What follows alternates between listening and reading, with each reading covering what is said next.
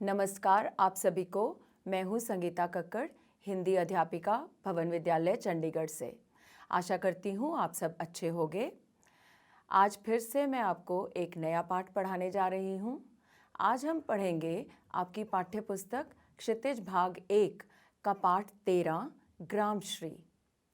ये सुमित्रा नंदन पंत जी द्वारा लिखित प्रकृति का सुंदर वर्णन करती हुई एक कविता है। सुमित्रा नंदन पंत जी ने हिंदी की अनेक विधाओं में अपनी रचनाएं लिखी, परंतु उनकी ख्याति सबसे अधिक काव्य के क्षेत्र में ही मानी जाती है। काव्यगत रचनाओं के अलावा पंत जी ने कहानी, उपन्यास, नाटक, निबंध, आत्मकथा तथा आलोचनात्मक रचनाएं भी लिखी हैं। सुमित्रा नंदन पंत हिंदी साहित्य के प्रमुख छायावादी कवियों में से एक हैं। वे प्रकृति सौंदर्य का मनोहारी चित्रण करते हैं। उनके काव्य में प्रकृति की सुंदरता के अद्भुत दर्शन होते हैं, इसलिए इन्हें प्रकृति के चितेरे भी कहा जाता है। प्रस्तुत कविता ग्रामश्री उनके ग्राम्य काव्य संग्रह से ली गई है। ग्राम्य काव्य संग्रह का प्रकाशन 1940 ईस्वी में किया गया था। इसमें सुमित्रा नंदन पंत जी ने ग्रामीण जीवन के परिदृश्य को समेटने का प्रयास किया है।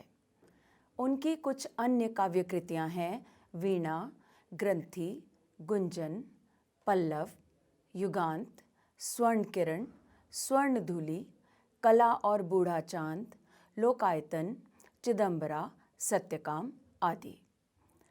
हिंदी साहित्य सेवा के लिए उन्हें पद्म भूषण, ज्ञानपीठ, साहित्य अकादमी तथा सोवियत लैंड नेहरू पुरस्कार जैसे उच्च श्रेणी के सम्मानों से अलंकृत किया गया था। आइए अब जानते हैं इस कविता के बारे में। जैसा कि इस कविता के शीर्षक से ही पता चलता है, ग्राम, ग्राम का अर्थ है गांव, और श्री, श्री के कई अर्थ होते हैं, जिनमें से यहाँ उपयुक्त अर्थ होगा शोभा। तो यह कविता गांव की शोभा या सुंदरता के बारे में है। कविता में सुमित्रा नंदन पंत जी ने गांव की प्राकृतिक सुषमा और समृद्धि का मनोहारी वर्णन किया है। खेतों में दूर तक फैली लहलहाती फसलें, उसके ऊपर नीला आसमान, फल फूलों से लदी पेड़ों की डालियां और गंगा की सुंदर रेती अर्थात गंगा किनारे की सुंदर रेत मनोहारी लगती है। बच्चों, आप सबने भी कभी न कभी गांव के प्राकृतिक सौंदर्य का दृश्य अवश्य देखा होगा। यदि आप गांव में रहते हैं तो ठीक, अगर नहीं रहते तो भी बस या रेल से सफ़र करते हुए रास्ते में आपने लहलहाते हुए खेत ज़रूर देखे होंगे। तो अब हम इस कविता का मधुर पाठ सुनेंगे और प्रकृति की सुंदरता का आनंद उठाएंगे। फैली खेतों में दूर तलक मखमल की कोमल हरियाली, लिपटी जिससे रवि की किरणें चांदी की सी उजली जाली। तिनकों के हरे हरे तन पर हिल हरित रुधिर है रहा झलक। श्यामल भूतल पर झुका हुआ नभ का चिर निर्मल नील फलक। रोमांचित सी लगती वसुधा आई जौ गेहूं में बाली। अरहर सनई की सोने की किंकिणियां हैं शोभाशाली। उड़ती भीनी तैलाक्त गंध, फूली सरसों पीली पीली। लो हरित धरा से झांक रही नीलम की कली तीसी नीली। रंग रंग के फूलों में रिलमिल हंस रही सखियां मटर खड़ी। मखमली पेटियों सी लटकी छीमियां छिपाए बीज लड़ी। फिरती हैं रंग रंग की तितली, रंग रंग के फूलों पर सुंदर। फूले फिरते हूं फूल स्वयं, उड़ उड़ वृंतों से वृंतों पर। अब रजत स्वर्ण मंजरियों से लद गई आम्र तरु की डाली। झर रहे ढाक पीपल के दल, हो उठी कोकिला मतवाली। महके कटहल, मुकुलित जामुन, जंगल में झरबेरी झूली, फूले आड़ू नींबू दाड़िम, आलू गोभी बैंगन मूली। पीले मीठे अमरूदों में अब लाल लाल चित्तियां पड़ी, पक गए सुनहले मधुर बेर, अमली से तरु की डाल जड़ी। लह लह पालक, मह मह धनिया, लौकी और सेम फली फैली, मखमली टमाटर हुए लाल, मिर्चों की बड़ी हरी थैली। बालू के सांपों से अंकित गंगा की सतरंगी रेती, सुंदर लगती सरपत छाई, तट पर तरबूजों की खेती। अंगुली की कंघी से बगुले कलगी संवारते हैं कोई, तिरते जल में सुरखाब पुलिन पर मगरौठी रहती सोई। हंसमुख हरियाली हिम आतप, सुख से अलसाए से सोए, भीगी अंधियाली में निशिकी, तारक स्वप्नों में से खोए। मरकत डिब्बे सा खुला ग्राम, जिस पर नीलम नभ आच्छादन, निरुपम हिमांत में स्निग्ध शांत, निज शोभा से हारता जनमन। तो बच्चों, कवि ने प्रकृति का अत्यंत मनोहारी वर्णन किया है ना? इसे सुनकर मन आत्मविभोर हो उठता है। ये कविता भाव तथा भाषा दोनों ही तरफ से अत्यंत आकर्षक है। यहाँ प्रकृति का मनमोहक रूप प्रस्तुत किया गया है तथा प्रकृति का मानवीकरण भी किया गया है। मानवीकरण का अर्थ आप जानते हैं, प्रकृति के घटकों को मनुष्य की तरह मानते हुए उनका वर्णन करना। ऐसा ही कवि ने किया है। कविता की भाषा अत्यंत सरल तथा सहज है। कविता को कठिन भाषा के प्रयोग से बोझिल नहीं बनाया है। अलंकारों का प्रयोग भी किया गया है, जिससे कविता का सौंदर्य बढ़ गया है। रूपक, उपमा, अनुप्रास अलंकारों का प्रयोग इस कविता में कवि ने किया है। इनके बारे में हम चर्चा पाठ के अंत में करेंगे। तो आइए एक बार फिर से इस कविता को पढ़ते हैं और इसके भावार्थ पर भी विचार करते हैं। फैली खेतों में दूर तलक मखमल की कोमल हरियाली, लिपटी जिससे रवि की किरणें चांदी की सी उजली जाली। तिनकों के हरे हरे तन पर हिल हरित रुधिर है रहा झलक, श्यामल भूतल पर झुका हुआ नभ का चिर निर्मल नील फलक। बच्चों, इन पंक्तियों में कवि ने जाड़े की समाप्ति और वसंत के आगमन के समय एक गांव के सौंदर्य का अनुपम चित्रण किया है। भाषा सरल है, जिससे आप जान सकते हो कि कविता में कवि क्या कहना चाहता है।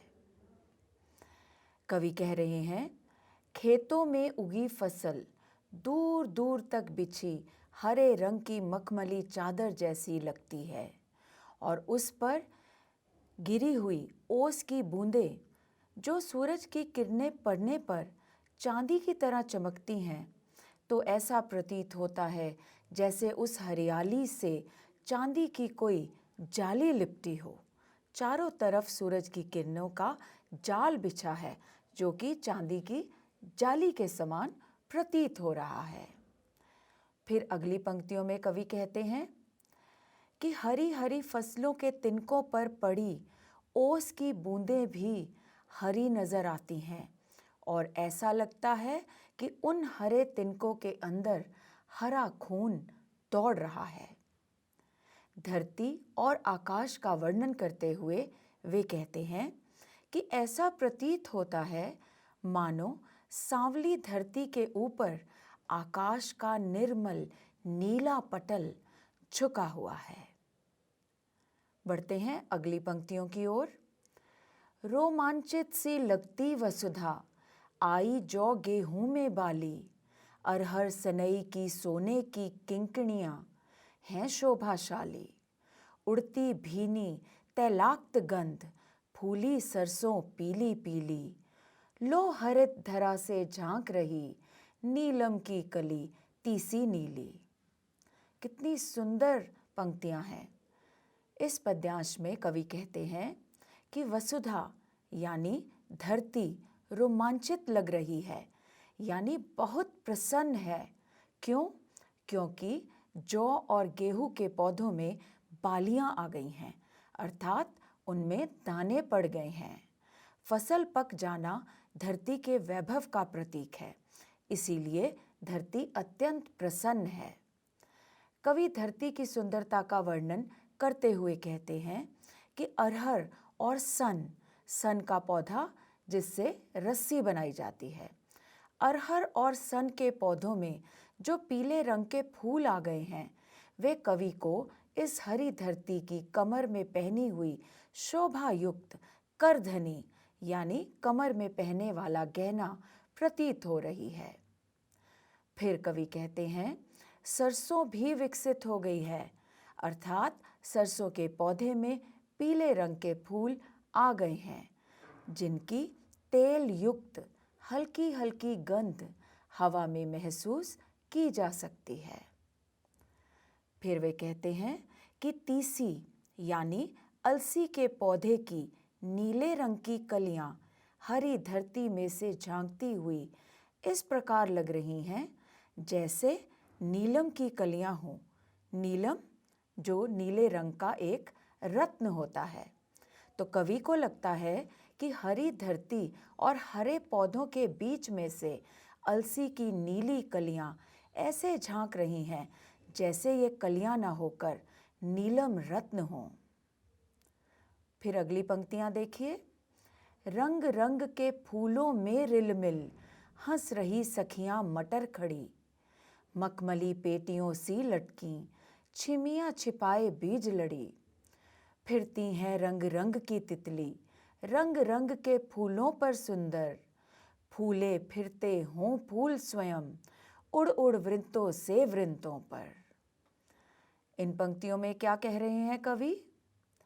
कवि कहते हैं कि विभिन्न प्रकार के रंगों के फूलों से मिलजुल कर मटर की फलियां खड़ी हंस रही हैं और ऐसी लग रही हैं जैसे ये मखमल की कोमल पेटियां हैं जिन्होंने अपनी फलियों के अंदर मटर के दानों की लड़ियां छिपा रखी हैं। फिर चारों तरफ फूल खिले हैं। वे इतने रंग बिरंगे फूल हैं, उन पर रंग बिरंगी तितलियां भी घूम रही हैं और हवा के झोंके से जब ये फूल हिलते हैं तो ऐसा प्रतीत होता है कि वे खुशी के मारे एक टहनी से या एक डंठल से दूसरे डंठल पर उड़ उड़कर जा रहे हैं। मन कितना आत्मविभोर हो रहा है ये वर्णन सुनकर। आगे चलते हैं। अब रजत स्वर्ण मंजरियों से लद गई आम्र तरु की डाली, झर रहे ढाक पीपल के दल, हो उठी कोकिला मतवाली। महके कटहल मुकुलित जामुन, जंगल में झरबेरी झूली, फूले आड़ू नींबू दाड़िम, आलू गोभी बैंगन मूली। अब दूसरी ओर आम के पेड़ की डाली पर रजत यानी चांदी और स्वर्ण यानी सोने के रंग की यानी सफेद और पीले रंग की मंजरियां आ गई हैं, अर्थात आम के पेड़ की डाली मंजरियों से लद गई हैं। और ढाक के फूल, ढाक यानी टेसू या उसे पलाश भी कहते हैं, ढाक के फूल झड़ रहे हैं और पीपल के पत्ते भी गिर रहे हैं। मतलब कवि बता रहे हैं कि एक तरफ फसल उग रही है और दूसरी तरफ कुछ पेड़ों के पत्ते झड़ रहे हैं। मतलब जीवन इस प्रकार ही चलता है, कोई आ रहा है और कोई जा रहा है। तो ऐसे वातावरण के कारण कवि कहते हैं कि कोकिला भी मतवाली हो गई है। कोकिला यानी कोयल, कोयल मस्त होकर गुनगुना रही है। इसके अलावा वह कहते हैं कि कटहल भी महक गए हैं, अर्थात वे पक चुके हैं, इसी कारण उनकी महक आ रही है।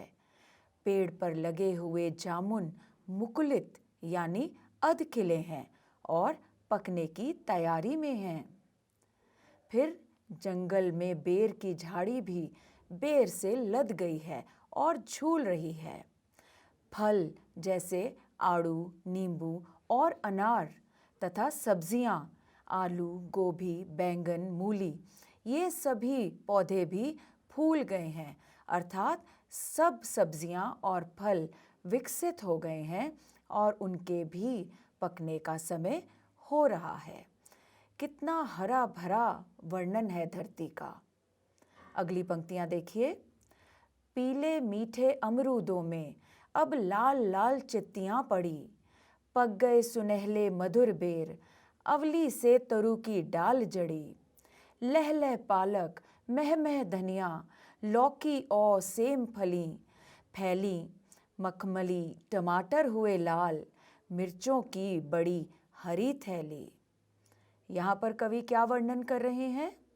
वे कह रहे हैं कि पीले और मीठे अमरूदों पर लाल रंग की चित्तियां अर्थात धब्बे पड़ने लगे हैं, जो कि बताते हैं कि अमरूद अब पक चुके हैं और मीठे हो गए हैं।